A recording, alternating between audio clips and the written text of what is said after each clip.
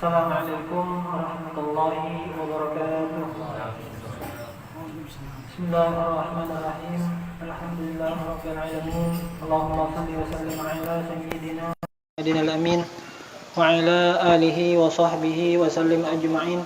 Subhanaka la ilma lana illa ma 'allamtana innaka antal alimul hakim. Wala haula wala quwwata illa billahil aliyyil azim. Al-Azizul Alim adada kulli harfin kataba wa yuktabu abadal abidin wa dahrad dahirin. Radiyallahu anni wa ankum wa an jami'al muslimin. Qala radiyallahu ta'ala wa nafa'ana bi'ulumihi fid dharain amin. Qala Imam al-Busiri fi qasidatihi wa ma hawal gharu min khairin wa min karamin wa kullu tarfin minal kuffari anhu ami. Berkata Imam Busiri dalam qasidah beliau, ini masih pembahasan temanya menceritakan tentang mukjizat baginda Nabi Muhammad sallallahu alaihi wasallam. Yang mana pada bait-bait sebelumnya mukjizat itu Imam Busiri mencoba mengklasifikasikan. Ada yang terjadi sebelum hijrah, ada yang terjadi ketika proses hijrah, dan ada yang terjadi ketika setelah hijrah ke kota Madinah. Dan pada bait yang ini wa ma hawal gharu min khairi wa min karamin, pensyarah menjelaskan bahwasanya bait-bait sebelumnya menjelaskan mukjizat yang terjadi sebelum hijrahnya baginda Nabi. Lalu Imam Busiri kemudian ingin menjelaskan setelah sebelum hijrah. Imam Busiri menjelaskan proses hijrah yang mana mukjizat terjadi di masa tersebut.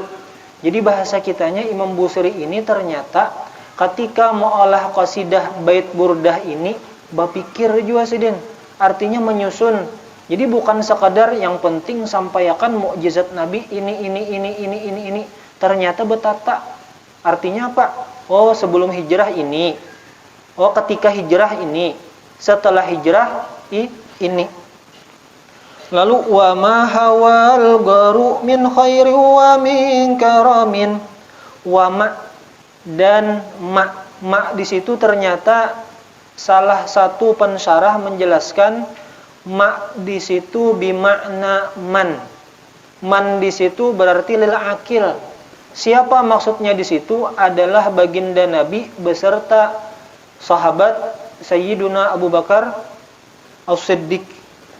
Hawal gharu di dalam gua, al-ghar di situ menggunakan alif lam ma'rifah, artinya goanya goa sur. Goa sur. Min khairi wa min karami. Khairin di situ maknanya khairul bariyah. Khairul bariyah secara mutlak yaitu baginda Nabi. Wa min karami, dan karami di situ dimaknai oleh pensyarah adalah afdalul ummah. Artinya nang paling afdol umat baginda Nabi Muhammad yaitu Sayyiduna Abu Bakar As-Siddiq. Ini dijelaskan oleh hadis Nabi sallallahu alaihi wasallam, "Wa ma nafa'ani malu ahadin mithlu ma nafa'ani malu Abi Bakrin." Tidak ada bermanfaat harta seseorang seperti manfaatnya harta daripada Sayyiduna Abu Bakar. Artinya Nabi ini memakai ketika dasar sidin pas bahajat benar, dan Sayyidina Abu Bakar pun menginfakkan hartanya keseluruhannya. Terus ada hadis lagi yang menguatkan bahwasanya lawuzina imanu Abi Bakrin bi imanil alamina la rajaha imanuhu. Seandainya ditimbang, ditakar atau ditimbang iman daripada Sayyidina Abu Bakar itu lebih berat dibandingkan iman seluruh makhluk hamba-hamba Allah yang berada di muka bumi. Ini menunjukkan makna karomin di situ tabuliknya kepada Sayyidina Abu Bakar. Wa kullu tarafin minal kuffari anhu ami. Jadi mukjizatnya di mana? Wa kullu tarfin. Tarfin di situ maknanya ainin. Semua mata itu minal kuffar. Mata siapa? Yaitu kaum kafir Quraisy.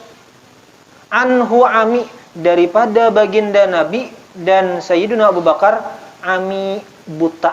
Jadi dalam syarahnya menjelaskan, ada riwayat yang menjelaskan ketika para pemuka-pemuka Quraisy itu berkumpul di Darun Nadwah. Darun Nadwah itu tempat di mana pembesar-pembesar, pimpinan-pimpinan kabilah suku Quraisy itu melakukan diskusi, musyawarah, baik terkait ini hendak perang kah, hendak damai kah? Ini hendak misalnya intinya membicarakan tentang hal-hal yang penting. Dan hal yang penting ini termasuk terkait dakwah baginda Nabi. Jadi ketika mereka itu bermusyawarah, berdiskusi, iblis datang menyerupa dalam bentuk syekh, orang tua yang berwibawa. Lalu para pemuka-pemuka Quraisy ini bingung, siapa ikam? Aku ini dari ahli Najd, penduduk Najd. Jadi aku ini melihat apa yang kalian lakukan ini merupakan suatu yang baik, yang bagus. Jadi aku minta izin hendak umpat bermusyawarah terkait perihal kalian ingin menghancurkan dakwah baginda Nabi Muhammad SAW. Lalu ternyata oke, kata Bapak, artinya diterima sebagai peserta diskusi. Lalu di antara pemuka Quraisy ada yang mengusul, jakanya Nabi Muhammad itu kita kurung dalam suatu tempat, kada diberi makan, kada diberi minum, sampai Nabi Muhammad itu mati kelaparan. Lalu iblis nang menyerupa jadi syekh tadi, itu bukan usul yang bagus, itu kada pas. Coba pikirakan, ujar iblis. Nah, iblis ini empat mengompori. Coba pikirakan, Nabi Muhammad itu bisi keluarga. Keluarga Nabi Muhammad itu orang terpandang di kota Mekah. Seandainya keluarga-keluarga biar belain pendapat, cuman keluarga seorang pacangan disakiti, mau kada mau kita harus bersatu. Tuh nah keluarga kita, ayo berkumpul kita bersatu, kita jemput baginda Nabi Muhammad, kita ambili baginda Nabi Muhammad, meskipun misalnya beda pendapat. Tetap yang namanya keluarga pasti dibela. Nah, ini ujar iblis kada tepat, kurang tepat kalau kayak itu. Lalu ada lagi nang mausul, jakanya panglah kita usir Nabi Muhammad itu, kita asingkan ke suatu tempat. Hadang dulu, ujar iblis, itu usul nang kada pas juga, kada bagus juga menurutku, ujar iblis. Coba pikirkan lagi nih, Nabi Muhammad itu apabila sidin bepandir, orang itu pasti terkesan, terkesima. Apabila melihat penampilan sidin, orang tuh karindangan. Artinya, Masya Allah bungasnya, Masya Allah akhlaknya. Bayangkan amun diusir, lalu ke suatu tempat, kawa membangun suatu masyarakat kelompok, beganal.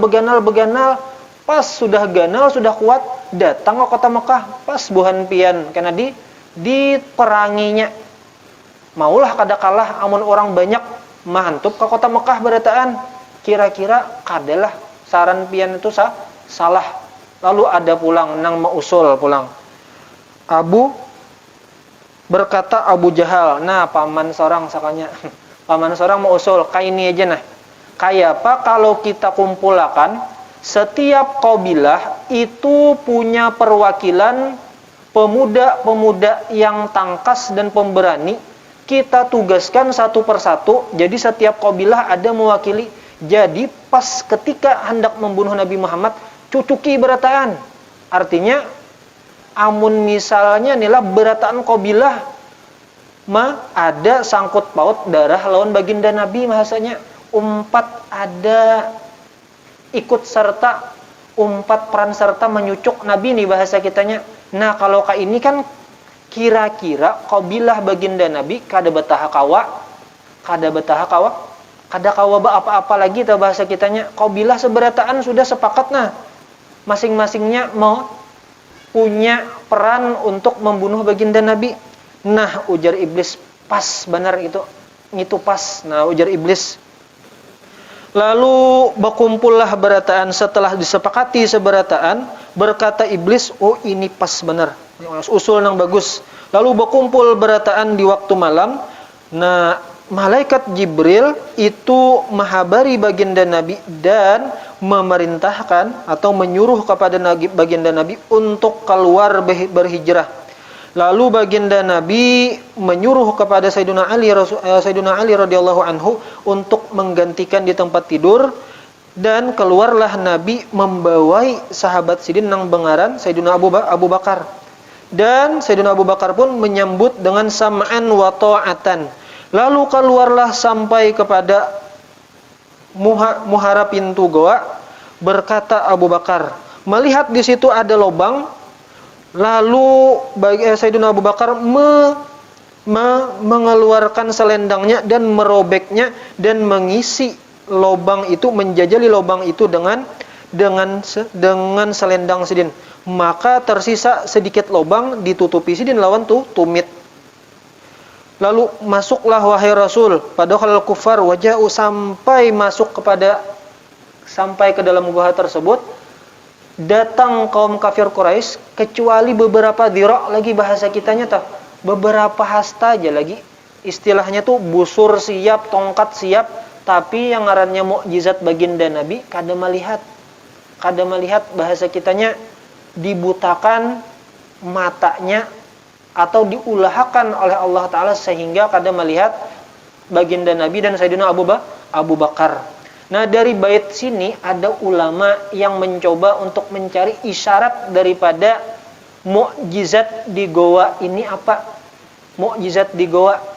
Jadi di sini diceritakan tentang bagaimana baginda Nabi ketika ingin menyampaikan dakwah ternyata fitnahnya luar biasa. Kemana baginda Nabi bukah? Artinya kemana Allah Ta'ala mengarahkan Nabi untuk mencari solusi? Ternyata Allah Ta'ala mengarahkan ke dalam goha. Nah di situ pula lah maka ada hadis riwayat yang mengatakan, in adrakahu zamanu fitnatin fabiman najatu. Apabila menemukan zaman ini sudah zaman fitnah, maka cara supaya selamat kayak apa? Amsik alaika lisanak, tahan lidah, wal zambaitak, berdiam di rumah, wabki ala khati'atik, dan tangisilah atas segala kesalahanmu. Ini mirip dengan bagaimana seakan-akan kita di goha berdiam sorangan, beribadah, mendekatkan diri kepada Allah. Dan dalam isyarat tersebut mengatakan qabrul mukmin itu diumpamakan seperti goa. Jadi ketika kita berada dalam goa, ketika kita misalnya di dalam rumah, disitulah beribadah kita, ya tajalla haqaiqul ilahiyah. Jadi isyaratnya seperti itu, akan nampak tajalli rahasia ketuhanan. Makanya kada heran lah kadang-kadang guru-guru kita itu pas sudah sampai masanya bakhalwat sidin.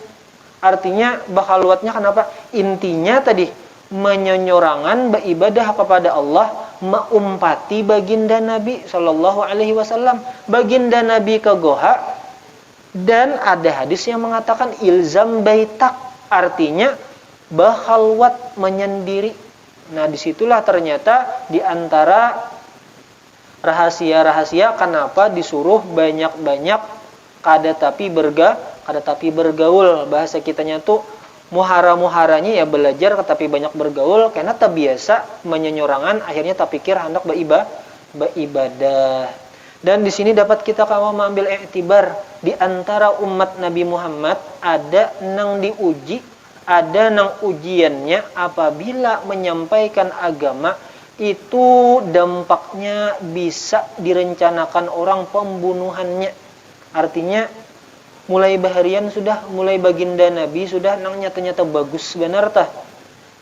Ada janang hendak membunuh, ada janang hendak melukai, ada janang hendak menghancurkan. Jadi mudah-mudahan seandainya ada di antara umat Nabi Muhammad yang diuji dengan yang seperti ini, kita doakan mudahan sidin sabar, mudahan sidin istiqomah, dan mudahan kita pun mendapat keberkahan dari sidin. Amin amin ya rabbal alamin. Allah subhanahu wa ta'ala a'lam. Masyaallah, la haula wa la quwata illa billahil aliyil azim. Assalamualaikum warahmatullahi wabarakatuh.